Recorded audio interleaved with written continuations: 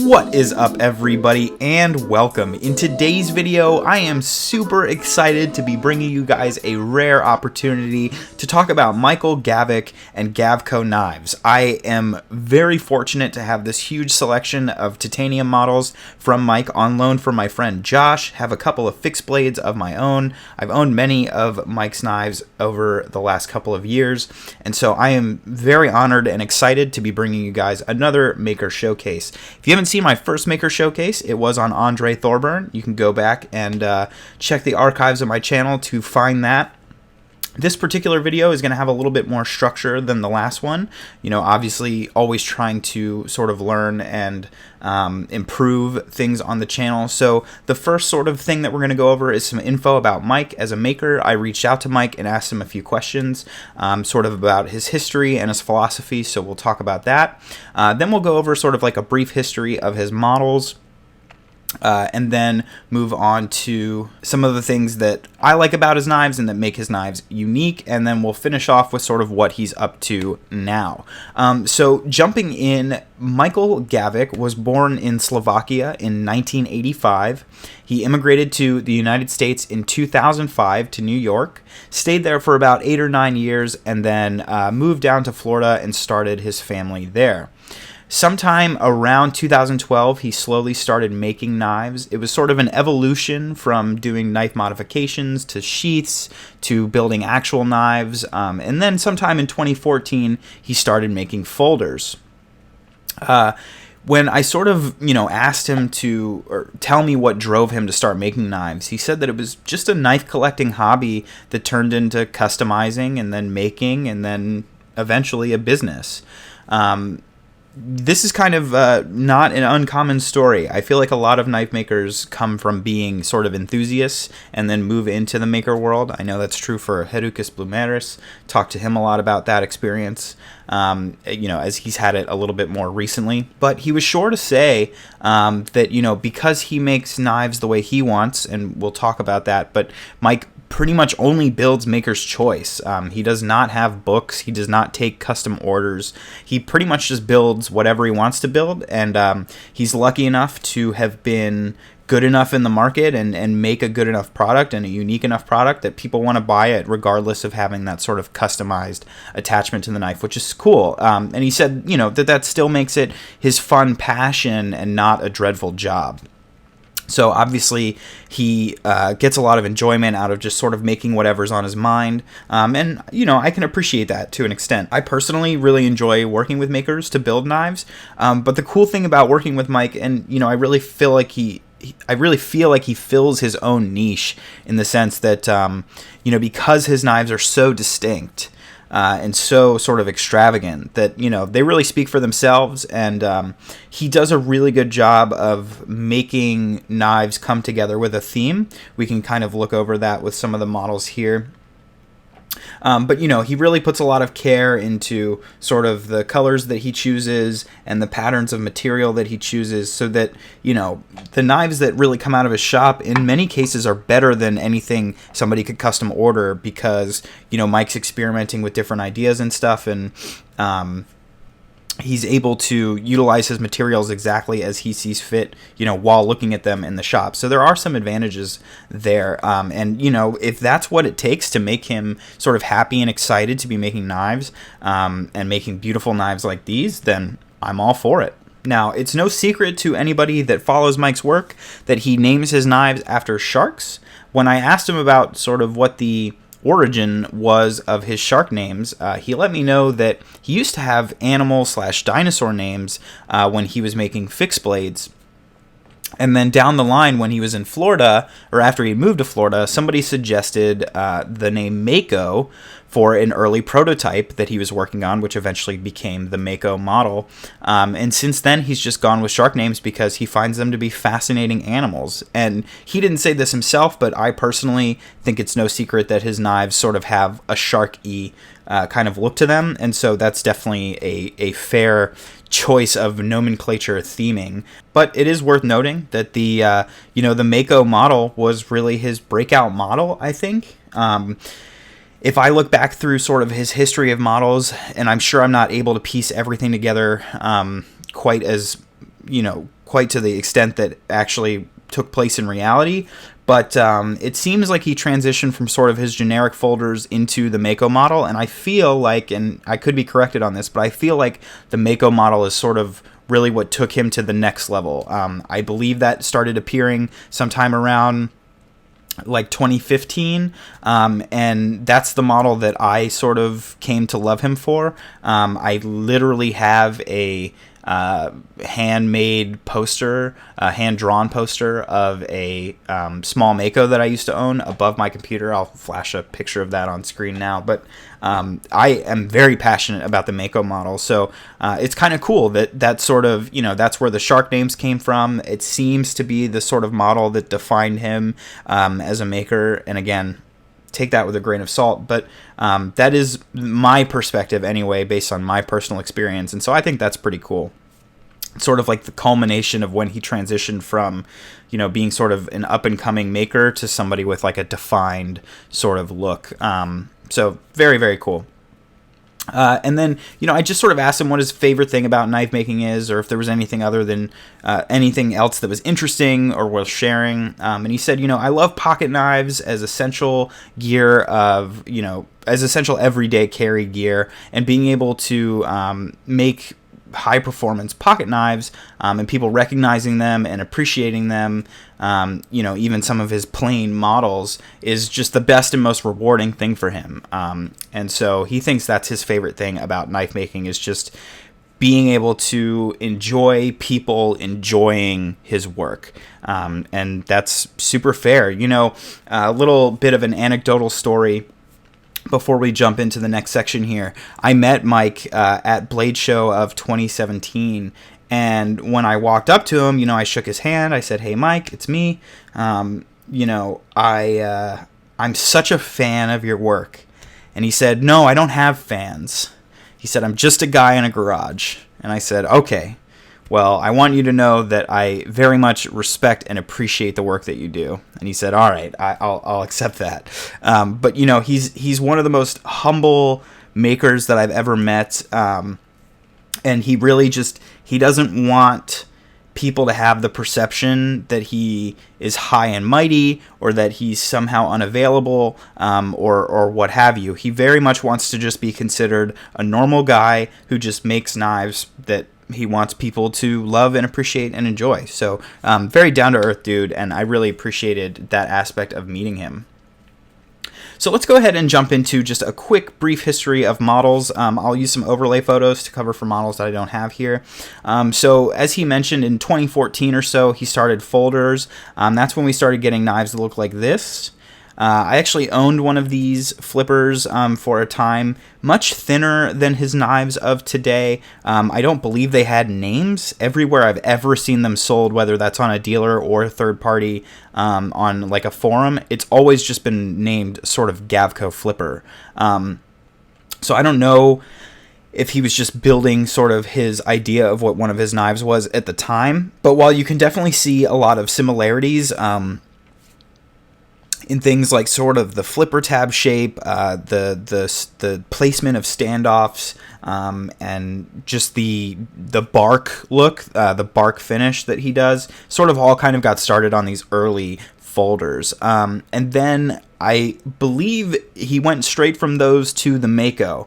Now, if I'm missing any models on this list, it's going to be between those older flippers that don't seem to have a name and the Mako. If there was anything in the middle there, I haven't been able to track that down, but I have everything after the Mako for sure. So the Mako model, easily my favorite model from him.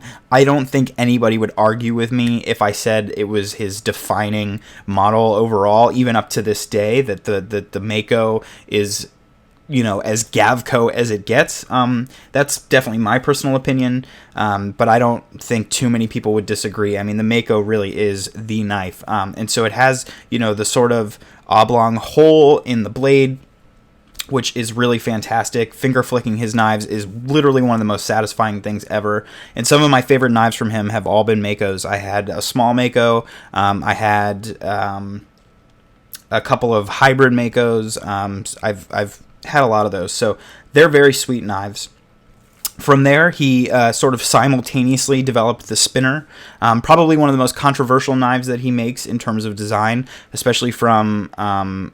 well, I don't know. They have pretty good ergonomics, but it definitely seems to be the less favorable between the Mako and the spinner. You can see it has more of an arched look, and it's a little bit more extreme in its shape. The spinner has made its way as the sort of collab knife. So, pretty much every Mako that you find is either going to be one of the mid-tech Makos that was made in collaboration with Millet Knives, where Millet made the handle parts and then sent them to Mike, and Mike did all the anodizing and finishing and the blade work and everything.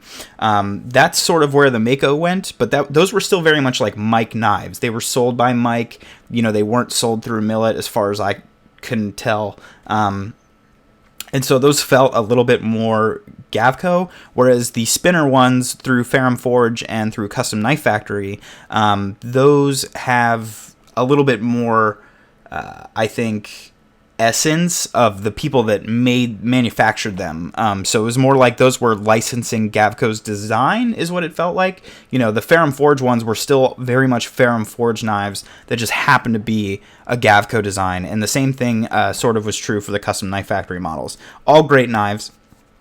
But moving from the spinner, we got the Tiger. Now, we start to really ramp up quickly here because Mike only had a few models over those few years between 2014 and now. But now, sort of as we got through the end of 2017 and the beginning of 2018, it's February of 2018 recording this video, he's coming out with new models very quickly. And so we'll talk about how that sort of came to fruition in a moment. But the Tiger model was developed right around Blade Show of 2017. Mike developed roughly 5 or so prototypes, a couple of liner locks, a liner lock prototype and a frame lock prototype. Both made it to their way to Blade Show as auction pieces. I actually bought and won the Tiger, the liner lock prototype, which I had for a long time. And so what the Tiger originally started out as was a spinner blade with a Mako handle. And if you look at the prototypes, that's very much what they are. The handle is very much, the Mako shape, and the blade has the hole and is the shape of a spinner. Whereas the Tiger model, as it's been developed, is this model right here. And so you can see it's a little bit more defined. So some of the interesting aspects that switched, the back of the handle here got more slender. So on the originals with the Mako, this angle here was a little less sort of steep, if I remember correctly. This whole sort of back end was more flat and more stubby as opposed to slender coming to a point. And the spinner, the dedicated spinner blade has sort of been swapped out for a non-hole blade that has this interesting swedge here. And so this is the Tiger model. He made a ton of these, and my friend Josh bought most of them, as you can see as for what's laying here on the table. So this is a Tiger liner lock. So this is sort of the development of the prototype liner lock that I owned, which Josh actually now owns as well. But it's pretty cool to see sort of, I had the prototype with sort of the flat handles and everything, and it's interesting to see how the knife has developed. It's absolutely gorgeous. From the Tiger model, we have the Goblin. Now, interestingly, and this is sort of the point that I wanted to make, is that Mike will build a model, make sort of a bunch of that model, sell them, and then either when he gets bored or he's just ready to try something new, he'll make a bunch of one-offs.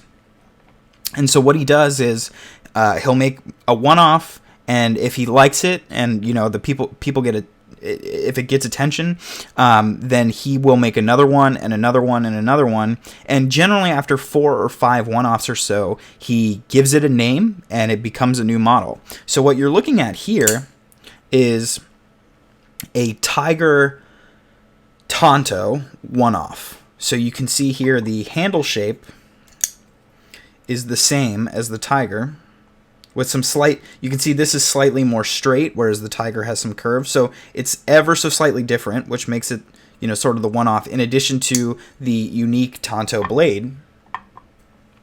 But he made a couple more of these Tonto one-offs, and now it's called the Goblin. Goblin was actually a name recommended by Josh based on the Goblin Shark. And so it was pretty cool that, Josh got sort of the original Goblin one-off, and then suggested the name, and that Mike stuck with it. So this is now the Goblin. And of course, I'm sure there are a couple slight tweaks in there as well. And then from there, we have the Nurse and the Leopard. Both of these models have been developed within the last month or so before me filming this video. So what I wanted to get at before was that the transitional process of making a bunch of a model and then making sort of a handful of one-offs and then moving on to a new model that's sort of been birthed from those one-offs, that iteration process has become exponentially quicker for Mike, it appears.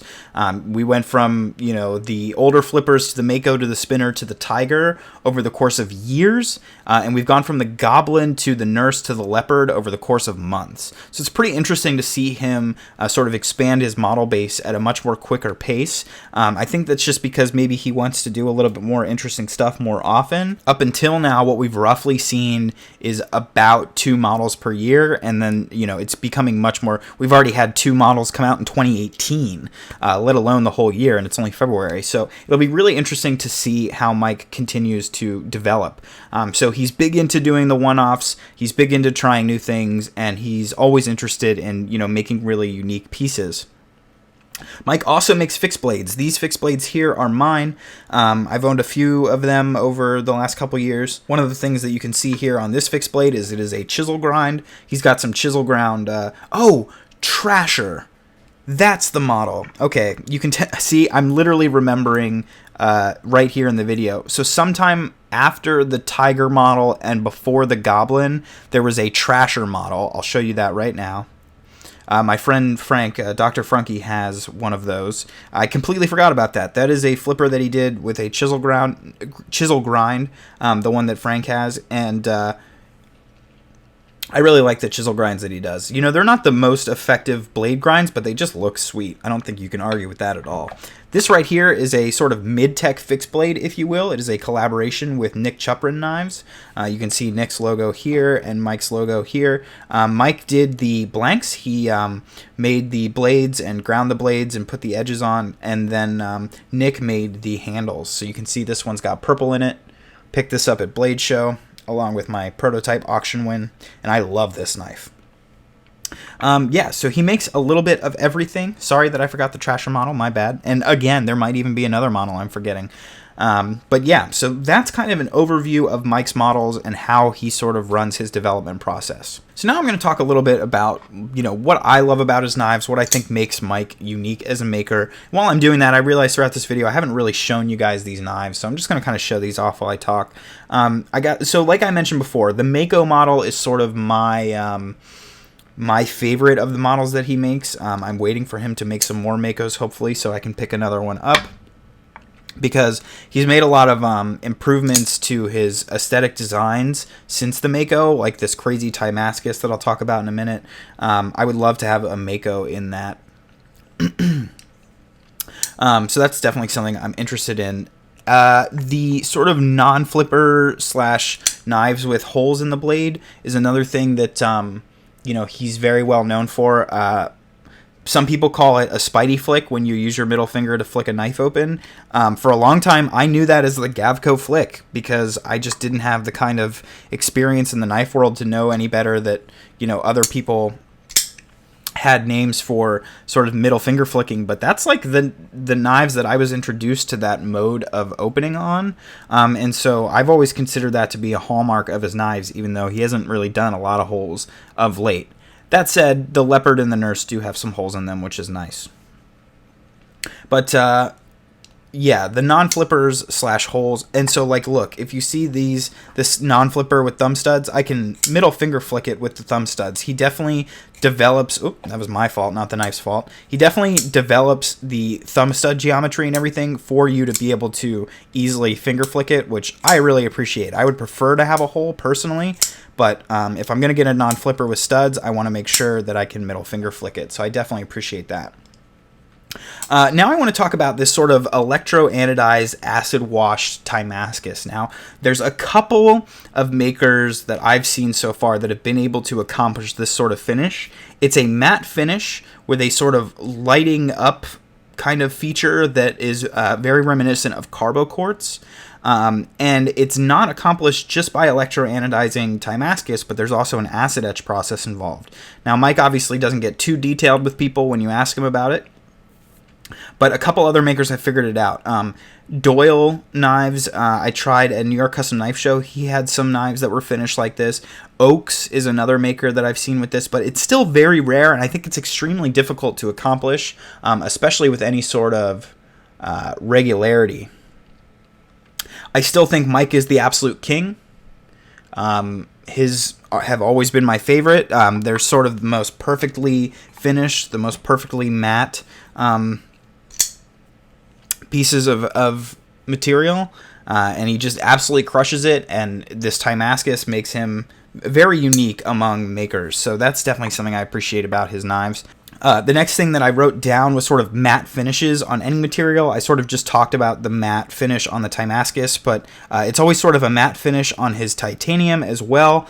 He does sort of like a media wash, or I don't know, something where he gets like a two-tone anodizing going on, and it's just crazy, but it always feels great to the touch. And then his acid etches are always very clean and just feel super finished and don't feel grungy or whatever. It's very smooth. It's just all of his finishing is absolutely stellar.